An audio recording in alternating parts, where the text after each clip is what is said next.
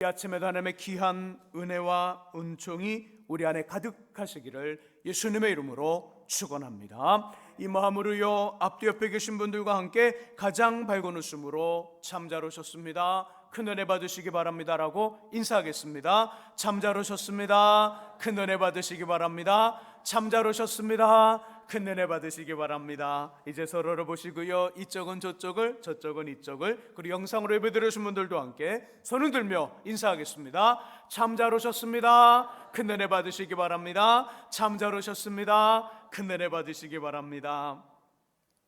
지난주 신방을 하면서 그리고 수요 기도회 때 나눴던 말씀으로 오늘 설교를 시작하려 합니다.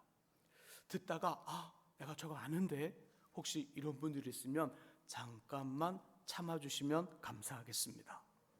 조금 있으면요, 여름철새인 제비가 날아옵니다. 그리고 이들은 처마 밑에 집을 짓고요, 노랑 부리를 가진 새끼들을 낳습니다. 문제입니다. 자, 어미새 그 새끼들이 여러 마리가 있고요, 집에 어미새가 먹이를 물고 와 딱 먹이를 주려 할 때 여러 마리의 새끼 중 누구에게 제일 먼저 먹이를 먹일까요? 아시는 분들 잠깐 기다리세요. 말씀하지 말고 말하려고 딱 하는 것 같았어요. 어렵죠? 전 아직까지 이것의 답을 몰랐어요. 근데 얼마 전에 알았어요. 자, 모르니까 객관식으로 어미새는 어떤 새끼에게 제일 먼저 먹이를 줄까? 1번, 첫 번째로 태어난 첫째에게 준다. 두 번째, 덩치가 커서 가장 많이 먹는 이 덩치가 큰 새끼새에게 준다. 세 번째, 너무 작아서 잘 먹여갖고 잘 크게 해줘야 될 아주 작은, 가장 작은 새끼에게 먹이를 준다. 몇 번일까요? 몇 번? 네, 죄송하지만 답은 여기 없어요. 어미새가 제일 먼저 먹이를 먹이는 새끼새는요, 이제 아시는 분들 말씀하시면 돼요. 자, 답은 뭘까요? 입을 가장 크게 벌리는 새끼예요. 여러 마리 새끼가 있는데 그 중에 첫째도 뚱뚱한 새끼도 아주 작은 새끼도 필요 없어요. 새끼니까 또 목사님 또 욕하시네요. 또 그런 마음 갖는 것 같아요. 아니에요. 어떤 상황이든 이 새끼새에게 어미새가 먹이는 첫 번째는 그 여러 마리 새끼새 중에 가장 입을 크게 벌리는 새끼새한테 먹이를 제일 먼저 준대요. 왜요? 가장 배고프다는 표현이거든요. 엄마, 내가 가장 배고파요. 그래서 입을 쫙 벌리고 크게 벌리니까 어미새는 저놈이 제일 배고프구나, 그러고 딱 먹여준대요. 하나님과 우리의 관계에서도 이 모습은 동일하게 적용돼요. 벼랑 끝에 서서 주님 아니고서는 전혀 답이 없습니다라는 인생, 그래서 절대적으로 하나님만을 의지하며 찾는 영혼, 이것이 산상수훈의 팔복 중 첫 번째인 가난한 심령입니다. 입을 가장 크게 벌리는 새끼에게 제일 먼저 먹이를 먹이는 어미새처럼 하나님, 가난한 심령의 사람의 그 모습 속에, 그 가난한 심령의 사람의 그 인생 속에 반전과 역정과 회복과 잘됨으로 하늘의 풍성함을 주시고요, 주님 다시 오셨을 때 천국을 소유하게 합니다. 심령이 가난한 자는 복이 있나니 천국이 그들의 것입니다. 성령 하나님의 붙드심으로 자발적 하나님이 저와 여러분들 안에 있을 수 있기를 예수님의 이름으로 축복합니다. 이 시간은요, 팔복 중 두 번째 이야기입니다. 4절을 함께 읽어보겠습니다. 4절의 말씀 읽습니다. 애통하는 자는 복이 있나니 그들이 위로를 받을 것이며. 아멘. 둘째 복은요, 슬퍼하는 자가 받는 복이에요. 슬퍼하는 자. 애통하는 자는 복이 있나니, 여기서 애통하다라는 이 단어의 뜻은요, 슬픔을 나타내는 말로 저와 여러분들이 표현할 수 있는 가장 크고 무거우며 강렬한 슬픔을 의미해요. 우리가 경험했던, 지금까지 살아오면서 때로는 50년, 30년, 60년, 20년, 70년, 80년 그 이상의 삶을 살아오면서 지금까지 겪었던 어떤 눈물 중에 가장 격했던, 정말 가슴을 찢으며 울고 울었던 가장 격했던 이 비통, 우리의 경험 중 가장 강렬했던 슬픔과 비통이 애통하다는 뜻이에요. 그런데 여기에 유익함이 있어요. 슬픔에 유익함이 있대요. 슬픔에, 눈물에 유익함이 있대요. 슬픔은요, 슬퍼하는 사람을 성숙하고 자라도록 합니다. 웃음은 순간적, 그때뿐이지만 슬픔은 우리의 내면을 건드려요.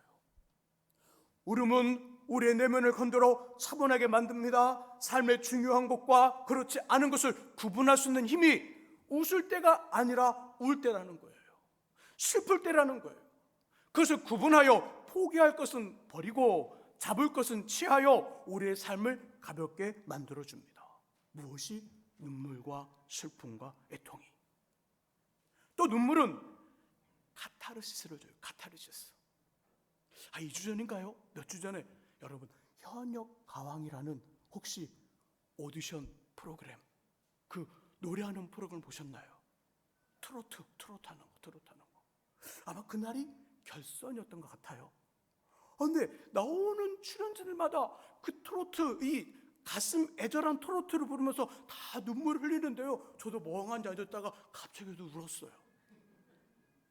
찌릿 이렇게 있잖아요. 아이돌이 부르는 노래는 이 가사도 잘 안 들릴 뿐더러 음도 막 이렇게 왔다 갔다 하니까 막 가슴이 출렁출렁 하는데, 이 트로트 가수들이 부르는 이 트로트는요, 엉덩이를 딱 붙이게 하고요, 다 눈을 감게 하더니 가슴이 치릿. 그래서 눈물이 쫙 흘렀어요. 카타르시스. 드라마를 보거나 음악을 듣거나 책을 읽다가 어느 한 지점에서 감동을 받아 한바탕 펑펑 울면, 아니 조금의 눈물이라도 흘리면 어때요? 샤워를 한 듯 뭔가 마음이 쌓인 나쁜 것들이 다 빠져나가며 시원해져요. 상쾌하다. 아니 드라마 보면서 같이 울었는데, 책을 읽다가 삥 하면서 울었는데, 노래 듣다가 삥 하고 울었는데, 어머 웬일이니? 마음이 시원해, 상쾌해요. 그래서 SBS 방송의 다큐멘터리를 제작하는 팀이 울음의 효과, 눈물이 건강에 어떤 영향을 주는지 실험을 했대요. 사람들을 모았습니다. 사람들을 모아서 슬픈 영화를 보여주며 흐르는 눈물을 모았어요. 그리고 또 한 번은 어떻게 했냐면, 이 사람들, 동일한 사람들에게 양파 꾸러미겠죠. 양파를 막 자르다 보면 어때요? 눈물 나잖아요. 양파를 딱 잘라서 그 사람 앞으로 딱 갔다 오니까 눈물을 흘렸대요. 그래서 이 두 눈물을 채취했어요. 성분을 분석해 보니까 슬픈 영화를 보며 흘린 눈물이 양파 때문에 흘린 눈물보다 카테콜아민, 이걸 잊어버려도 돼요. 카테콜아민이라는 성분이 3배 정도 더 높게 나왔대요. 그러니까 양파를 자르면서 양파 때문에 흐르는 눈물하고 슬픈 영화를 보면서 흐르는 눈물을 비교했더니, 슬픈 영화를 보면서 흐르는 눈물의 그 카테콜아민이 그 양파들 자를 때 흐르는 눈물보다 3배 더 있었다는 거예요. 자, 그러면 카테콜아민은 어떤 일을 하느냐? 우리 몸에서 스트레스를 일으키는 그 호르몬이래요. 스트레스를 일으켜서 혈관을 막 타고 다니면서 혈관을 수축시키고 심혈관을 망가뜨리는 엄청 안 좋은 것이 카테콜아민이래요. 그러니까 몸에서 눈물을 빼내는 것, 우는 것은 그 스트레스 호르몬의 균형을 낮춰주는 거예요.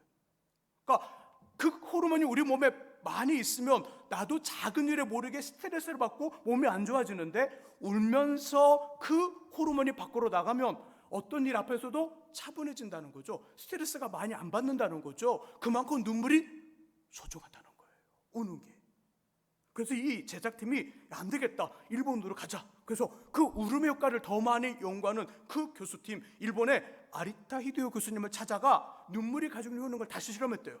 자, 슬픈 영화를 보다가 울 것 같으면 버튼을 누르겠어요.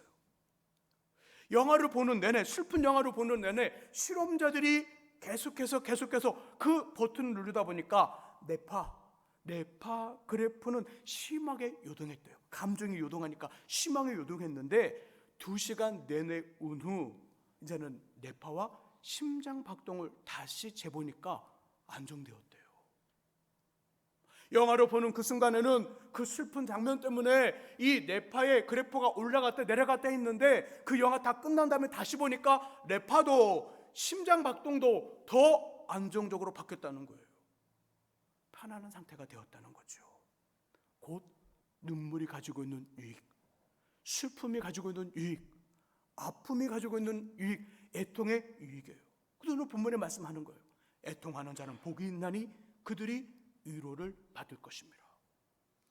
그래서 성경은 초상집과 잔치집 중 한 군데만 가야 된다면 어디를 가라 했을까요? 일부 때 물어봤더니요, 친한 사람 쪽으로 가야 돼요. 그러더라고요. 잔치집이든 초상집이든 나와 친한 사람 집으로 가야 된대요. 그 말이 맞는 것 같아요. 근데 성경은 뭐라고 말씀했을까요? 어디로 가라? 그래, 네 말이 맞다. 친한 쪽으로 가라. 이렇게 말씀하지 않고 어디로? 초상집으로 가라. 초상집으로. 초상집에 가는 것이 잔치집에 가는 것보다 나으니 모든 사람의 끝이 이와 같이 됨이라. 산자는 이것을 그의 마음에 둘지어다. 슬픔이 웃음보다 나음은 얼굴에 근심하는 것이 마음에 유익하기 때문이니라. 지혜자의 마음은 초상집에 있으되 우매자의 마음은 혼인집에 있느니라. 전도서 7장 2절과 3절 4절이에요. 또 이런 말씀도 있잖아요.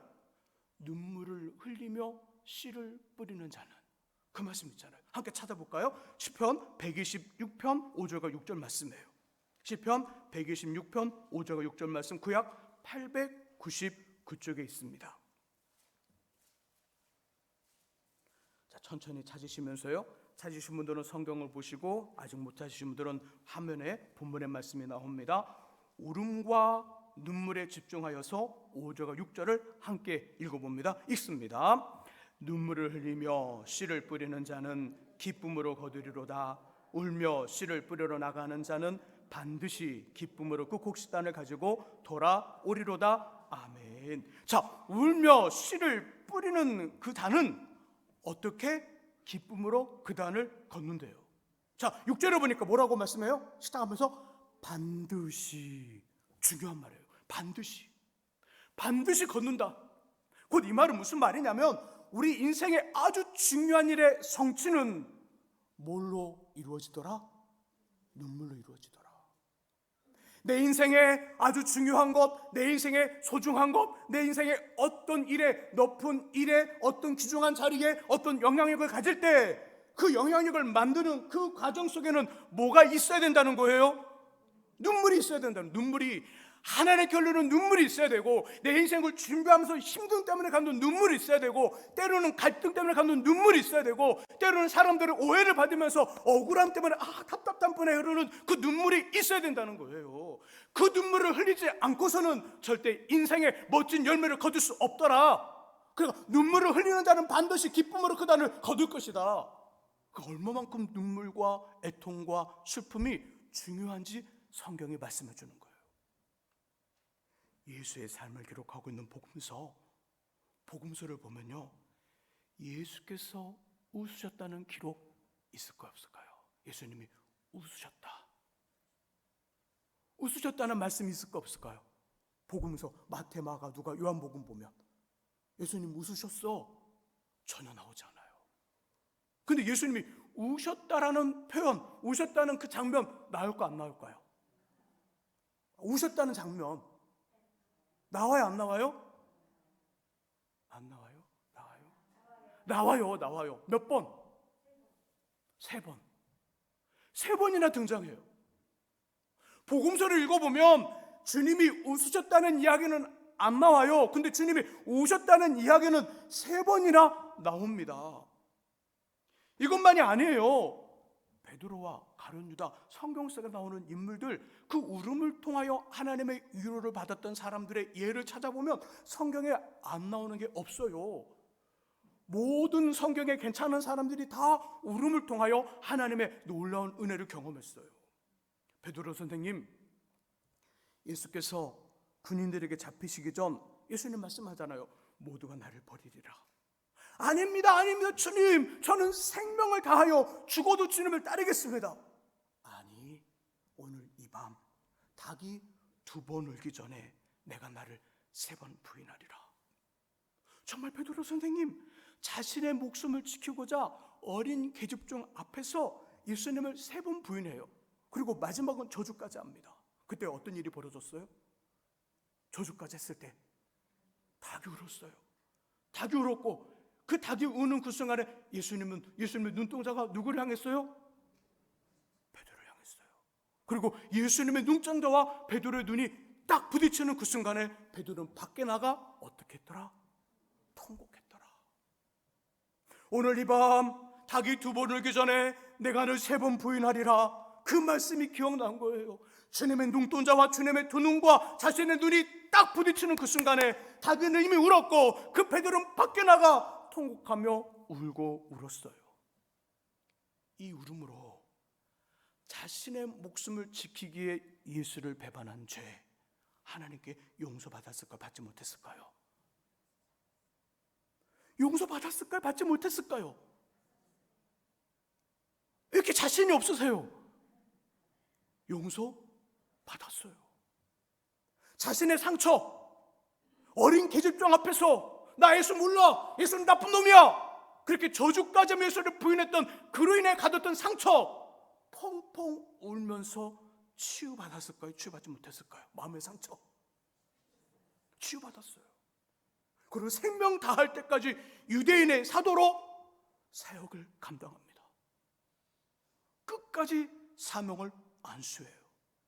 이 모든 것들, 하나님의 용서, 마음의 치유, 사명을 끝까지 감당하는 사명 감당, 이것을 뭐 한마디로 표현한다면 하나님의 뭐가 되겠어요? 하나님의 애통하는 자는 복이 있나니 그들이 위로를 받을 것이요. 이 모든 한마디로 표현하자면 하나님의 위로예요. 베드로 선생님, 도저히 주님께 용서받을 수 없었는데 통곡하며 울었던 그 눈물로 하나님께 용서받고 마음이 치유받고 죽을 때까지 자신의 사명을 감당하는 하나님의 위로가 임했어요. 하지만 은 30냥의 주님을 판 가룟 유다, 판단 보니까 잘못됐다는 표시로 마음의 정죄, 내가 잘못했는데 그 마음이 들었어요. 그 다음 어떻게 했을까요? 가룟 유다는 스스로 목숨을 끊었어요. 스스로 목숨을 끊었어요. 한번 생각해 보세요. 베드로와 가룟 유다, 주님 앞에 누구의 죄가 더 큰가요? 누구의 죄가? 3번 부인하며 마지막 저주까지 했던 이 베드로의 잘못이 큰가요? 아니면 은 30냥의 예수를 판 가룟 유다의 죄가 큰가요? 둘 다 문제가 있지만 저는 베드로가 더 크다고 봐요. 왜요? 예수님의 결정적인 자리에 가룟 유다는 단 한 번도 초대받지 못했어요. 예수님의 결정적인 자리, 변화산에서 흰 옷을 입고 가장 화려한 모습으로 모세와 엘리야가 옆에 서며 가장 멋짐으로 변화되는 이 변화산의 자리에 베드로는 있었을까 없었을까요? 베드로, 야고보, 요한 있었잖아요. 가룟 유다는 없었어요. 초대받지 못했어요. 회당장 야이로의 딸, 그 딸이 죽었단 말이에요. 죽어서 그 모든 사람들이 막 비웃고 난리 났을 때 예수님 그 야이로가 누워있는 그 방에, 야이로의 딸이 누워있는 그 방에 들어가면서 세 사람의 제자를 데려갑니다. 누구? 베드로, 야고보, 요한, 세 제자를 데리고 들어가 이 야이로의 딸을 살렸어요. 가룟 유다는 어디 있었죠?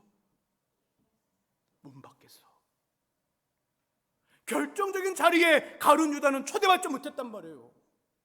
예수의 마지막 기도, 겟세마네 기도할 때 그 가장 근처에 가까운, 정말 가까운 근처에서 예수님과 기도해달라고 기도를 부탁했던 3명의 제자가 있어요. 누구예요? 베드로, 야고보, 요한. 가룟 유다는요? 가룟 유다는 그 자리 가까이에 없었어요. 가룟 유다는 원래 뭐였죠? 원래 직업이 뭐예요? 그는 원래 도적이라. 그 논리 도적이에요. 그 논리 도적이니까 돈 받고 사람을 파는 것, 이 사람에게 쉬운 일이에요? 쉬운 일이 아니에요? 쉬운 일이에요. 그 사람이 주님, 선생님, 예수 상관없어요. 가누드는 자신의 일을 한 거예요. 자신의 일. 원래 그는 도적이기 때문에 예수를 돈 받고 파는 건 자신의 일을 한 거예요. 자신의 일을. 하지만 베드로는 주님의 결정적인 자리, 중요한 자리, 의미 있는 자리에 함께 있었기에 예수를 배반하고 배신하는 건 유다와 비교할 수 없는 엄청 큰 잘못이에요. 근데 베드로는 하나님의 위로를 받았어요? 받지 못했어요? 받았어요. 가룟 유다는 받지 못했어요. 둘의 차이는 뭐죠? 한 가지 있잖아요. 둘의 차이. 눈물과 통곡과 애통이 있느냐 없느냐예요. 베드로에게는 이것이 있었고 가룟 유다에게는 눈물과 애통과 통곡이 없었어요. 애통하는 자는 복이 있나니 그들이 위로를 받을 것이며, 애통하는 자, 주님 앞에서, 하나님 앞에서 주님 때문에, 하나님 때문에, 주님 때문에, 주님을 위한, 하나님을 위한 그 울음, 그 눈물에는 힘이 있다는 거예요. 예수님 자신이 잡혀가며 그 죽음의 자리로 갈 때 여인들이 쫓아옵니다. 선생님, 주님, 펑펑 쫓아와요. 어떡해요? 이 십자가의 죄인으로 죽으실 텐데 어떡해요? 그때 예수님 뭐라고 말씀합니까? 따라오는 여인들에게, 여인들이여 나를 위해 울지 말고, 누구? 너와 내 자녀들을 위하여 울라. 나를 위해 울지 말고 너와 내 자녀들을 위하여 울라. 우리의 말과 성품과 삶이 주님을 닮지 못하기 때문에 울어야 되는 거예요. 말씀대로 살지 못하는 우리의 연약함 때문에 울어야 되는 거예요. 억울해서 우는 게 아니라 하나님, 주님을 닮아야 되는데 제가 오늘도 넘어졌습니다. 제가 오늘도 주님 그 성품처럼 사람들을 대해야 되는데 못난 짓처럼 제 성품 따라서 막 승질을 내고 화내고 짜증냈습니다. 그래서 울어야 되는 거예요. 견고하게 잘 세워지지 않는 믿음의 성도, 내가 전도했는데, 나와 함께 전도했는데, 나의 믿음이 이렇게 자라고 있는데 이 사람은 안 자라. 항상 몇십 년 지나도 항상 그 자리예요. 이제 나 요즘 교회도 안 나오네. 이 사람 때문에 울어야 되는 거예요. 나 몰라. 네 알아서 해. 귀찮아. 요거 쉽죠? 요 모습은 쉬워요. 애통한다는 말에 담겨진 그 의미는 그렇게 세워지지 아니하는 우리의 그 살과 우리의 뼈가 녹아지는 그 울음을 터뜨릴 수밖에 없는 그 영혼, 몇 년이 지나도 몇십 년이 지나도 여전히 그 자리에 맴돌아 이 교회 나오는 것도 주일 예배 드리는 것도 전혀 모르고 살아가는 그 사람, 내가 전도했는데 지금 어떻게 하는지도 모르는 그 사람 때문에 울어야 되는 거예요. 교회 기초를 세우고, 교회 무너진 기초를 세우고 교회를 든든히 만들어야 되는데 우리 교회가 지금 어떤 상황일까요? 우리 교회는 한번 와라라라라 무너졌다가 다시 세우고 있는 과정이에요. 제가 말씀드리죠. 아무것도 없는 곳에서 그냥 세우는 건 쉬워요. 근데 기존에 있던 것이 무너졌다가 다시 세우려면 치우는 작업을 해야 되는 거예요. 치우는 작업을 하고 다시 땅을 파고 기초를 세우고 다시 올려야 되는 거예요. 그렇게 힘든 거예요. 지금 여러분 그 단계에 놓여 있는 거예요. 치우는 작업, 다시 땅을 파고 기초를 넣는 작업, 그러니까 힘든 거예요. 하나님, 우리 교회 이렇게 기초를 다져나가고 힘든데 어떡할까요? 장기판 운수를 두는 것처럼 책임은 지지 않고 말만 하기에는 쉬워요. 그런 사람 많아요. 그건 누구나 할 수 있어요. 근데 그 교회 때문에, 기초를 세우는 작업 때문에 힘들어하는 목사님과 힘들어하는 장로님과 힘들어하는 안수사님, 권사님, 집사님, 성도님들 때문에, 그 찢어지는 가슴을 품고 있는 하나님 때문에, 하나님 어떡할까요? 우리 교회 기초를 세워야 되는데 제가 그 기초가 되겠습니다. 제가 기초가 되겠는데 어떻게 하면 좋을까요? 그것 때문에 울어야 되는 거예요. 하나님, 저 집사님이 저를 욕했어요. 그래서 억울해서 죽겠어요. 그래서 막 눈물을 막 흘려요. 이런 눈물 말고 하나님, 어제 제 아내가 저에게 막 바가지를 긁어버렸어요. 옛날엔 제가 좀 힘이 있고 돈도 번다고 괜찮았는데 이제는 돈도 못 벌고 힘도 없다고 나를 사람 취급 안 해요. 하나님, 어떡해. 이거 말고 세워지는 교회를 위해 세우기 위해서 아파하고 오셔야 되는 거예요. 아직 예수를 믿지 않아 지옥을 하는 남편과 아내와 자녀와 가족들 때문에 우셔야 되는 거예요. 하나님, 내 아들 어떡할까요? 내 딸 어떡할까요? 제가 중학교까지는 잘 교회 나왔는데 고등학생 되더니 대학생 되더니 군대 갔다 오더니 이제 교회 아예 끊어버렸어요.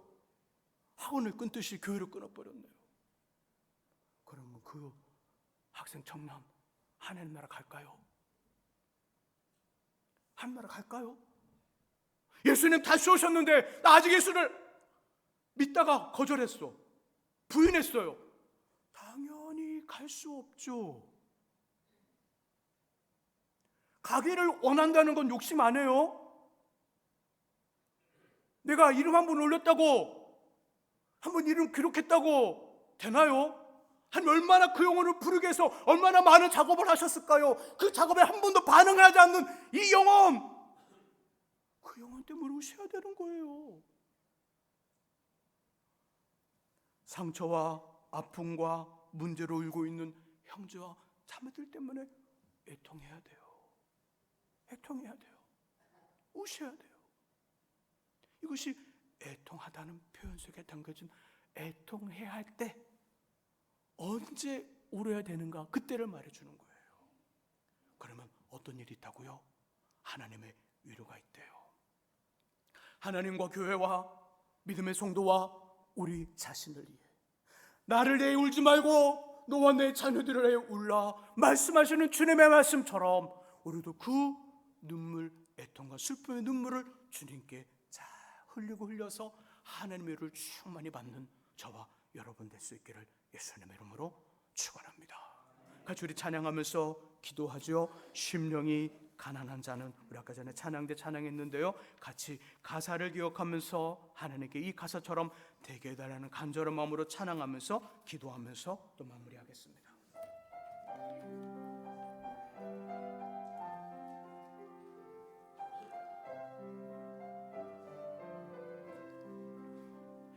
심령이 가난한 자는 천국이 저희 것이요, 애통한 자는 복있네, 위로를 받을 온유한 자 복이 있나니, 온유한 자 복이 있나니, 땅을 기업으로 받겠네, 의에 줄이고 목마른 자는 저희 배에 부를 것이요, 긍휼히 여기는 자는 긍휼히 여김 받겠네, 마음이 청결한 자는 하나님을 볼 것이요, 화평케 하는 자는 하나님의 아들이라 일컫네, 의를 위하여 핍박받는 자 천국이 저희, 내게도 주소서, 내게도 주소서, 내가 복을 받기 원하네, 오 내 주여 주소서.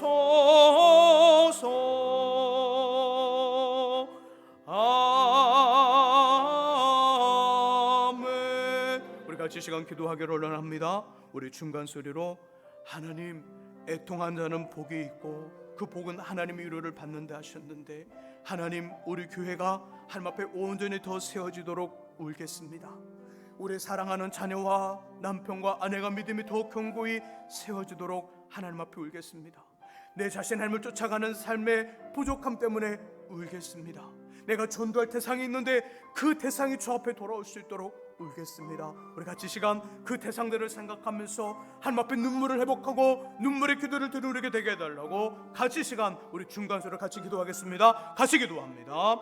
하나님 아버지 감사합니다. 이 시간 기도하게 하시고 이 시간 간구하게 하심을 감사를 드립니다. 애통한 자는 복이 있나니 아버지 그들이 하나님의 위로를 받을 것이라 말씀합니다.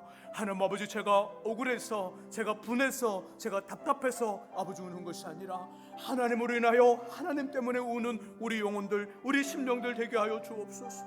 하나님의 교회가 우리 교회가 그 기초를 단단히 하고 세워져서 하나님의 멋진 일들을 감당하는 그 기초 세운 일에 제가 울겠습니다. 하나님 이 영혼 하나님 아버지 전도했는데 아버지 전도한 다음 어떻게 됐는지도 모르고 아버지 나오지도 않고 아버지 또한 주님의 예배도 드리지 않고 아버지 죽어있는 영혼으로 있사오니 이 영혼을 위해 울겠습니다.